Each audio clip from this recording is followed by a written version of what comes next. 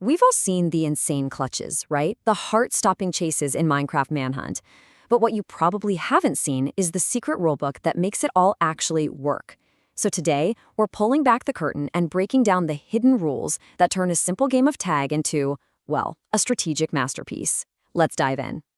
So let's start with a big question. Why isn't Manhunt just boring? I mean, think about it. On paper, it should be a terrible show. It could be over in 30 seconds, or the runner could just find a boat and sail off into the sunset for hours. So why is it one of the most exciting things to watch online? The answer isn't just in the crazy plays you see. It's in the rules you don't. You know the premise. It's super simple. One runner tries to beat the Ender Dragon, and a bunch of hunters try to stop him. But underneath that simple idea is this complex, finely tuned machine. It's a game that's been carefully engineered with a whole set of hidden rules, and they're all designed to do one thing: force non-stop, high-stakes action. To really get why these rules are so absolutely critical, you first have to understand the major flaw in just a vanilla game of Manhunt. You know, if you just load up a random world, no rules, and hit go, the whole thing just kind of breaks instantly. See, without any rules, you almost always end up in one of two super anticlimactic situations. Scenario 1, the runner is outnumbered, has zero gear, and just gets steamrolled in the first minute. Boom, game over. How boring is that? Or you get Scenario 2, the runner gets a lucky break, sprints away, finds a huge ocean, and just boats for like thousands of blocks. It pretty much becomes a solo speedrun, and the hunters are left in the dust. Either way, it makes for a terrible video. So how do you fix this? Well, you start by rigging the game. You engineer the perfect conditions to guarantee an explosive start. This first batch of rules is all about making sure the action kicks off from the very first second. It all starts before anyone even joins the server. First, a neutral party finds and vets a world seed. They're specifically looking for one that has potential for creative plays. Then they pick a very specific spawn point, usually right next to something cool like a village, a deep ravine, or a huge mountain. And finally, the runner gets a little hint about which way to go. Now, this isn't about giving the runner an easy win. No. It's about giving them the tools and the terrain to pull off those massive 200 IQ plays right from minute one. Okay, but even with a great map, the runner is still super vulnerable at the beginning. An early death is almost a guarantee. And if every attempt that ended in the first 5 minutes was the real video, well, the series would be pretty unwatchable.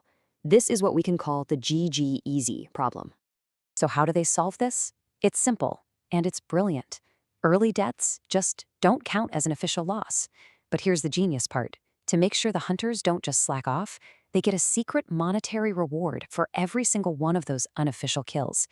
This keeps them playing at 110% from the word go, and it guarantees that opening chase is always pure chaos. And that rule has this amazing flip side. The runner, knowing that a super early death isn't the absolute end, is suddenly free to try those insane, high-risk, high-reward plays that we all love.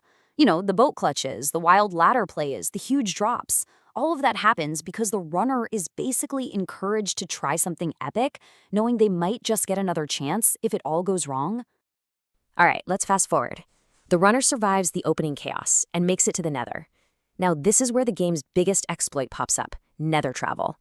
It's a massive loophole, and without a rule to close it, the game would instantly become that boring solo speedrun we talked about. The solution is this one simple, fantastic rule. The runner must exit the Nether using the exact same portal they entered. They can go thousands of blocks away in the Nether, sure, but they are forced to come back to that one single choke point. And the strategic impact here is it's huge. It completely kills any chance of the runner just disappearing forever. It creates a predictable spot for a showdown, forcing a confrontation, and it gives any hunters who died a chance to get their gear back and set up a defense. In short, it guarantees the two sides are going to clash again in a huge, high-stakes battle.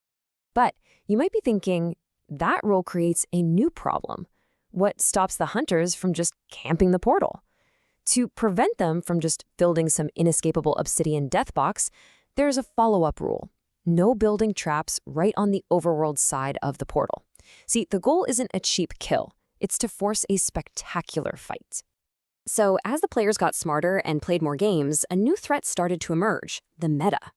Once a really powerful strategy was discovered, everyone would just use it over and over, and that would make the games get stale fast. The solution? A rule specifically designed to keep the game evolving. Now this rule, this is probably my favorite one. It's called the one-time use meta.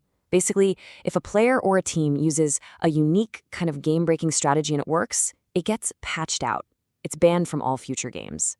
This forces everybody to constantly innovate and come up with brand new ideas. Let me give you a perfect example. In one game, the hunters used a super efficient villager trading hall to get fully enchanted diamond armor like ridiculously early. It was brilliant. But it was so powerful that after they used it once successfully, it was immediately banned. Now, this is different from a skill-based mechanic like a boat clutch, which is still a core part of the game. The rule targets those overpowered game plans that could be repeated every single time.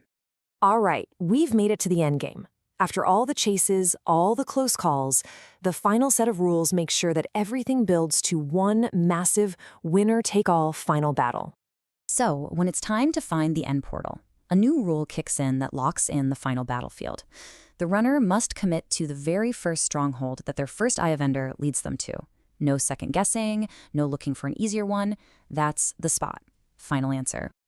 So why does this matter so much? Well, it stops the runner from finding the stronghold, seeing that the hunters got there first, and then just deciding to run off and find another one. It gives the hunters a confirmed final location to make their stand. They can set beds, lay traps, and get ready knowing the runner has to come to them. It guarantees a climax. And what is that climax? The winning condition is just beautifully simple. The runner wins the exact moment the Ender Dragon's health bar hits 0. It doesn't matter who deals the final blow. It could be the runner, a hunter, or even a piece of TNT. If that dragon dies before the runner wins. Game over.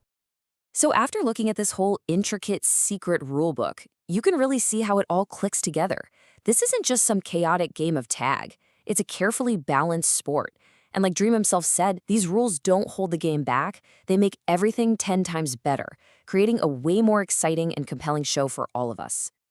And that kind of leaves us with one last thought. Minecraft Manhunt is this constantly evolving game, a living thing where new strategies are born and then patched out in this endless cycle of innovation, which really makes you wonder, what's the next game-breaking exploit just waiting to be discovered? And what new rule are they going to have to invent to deal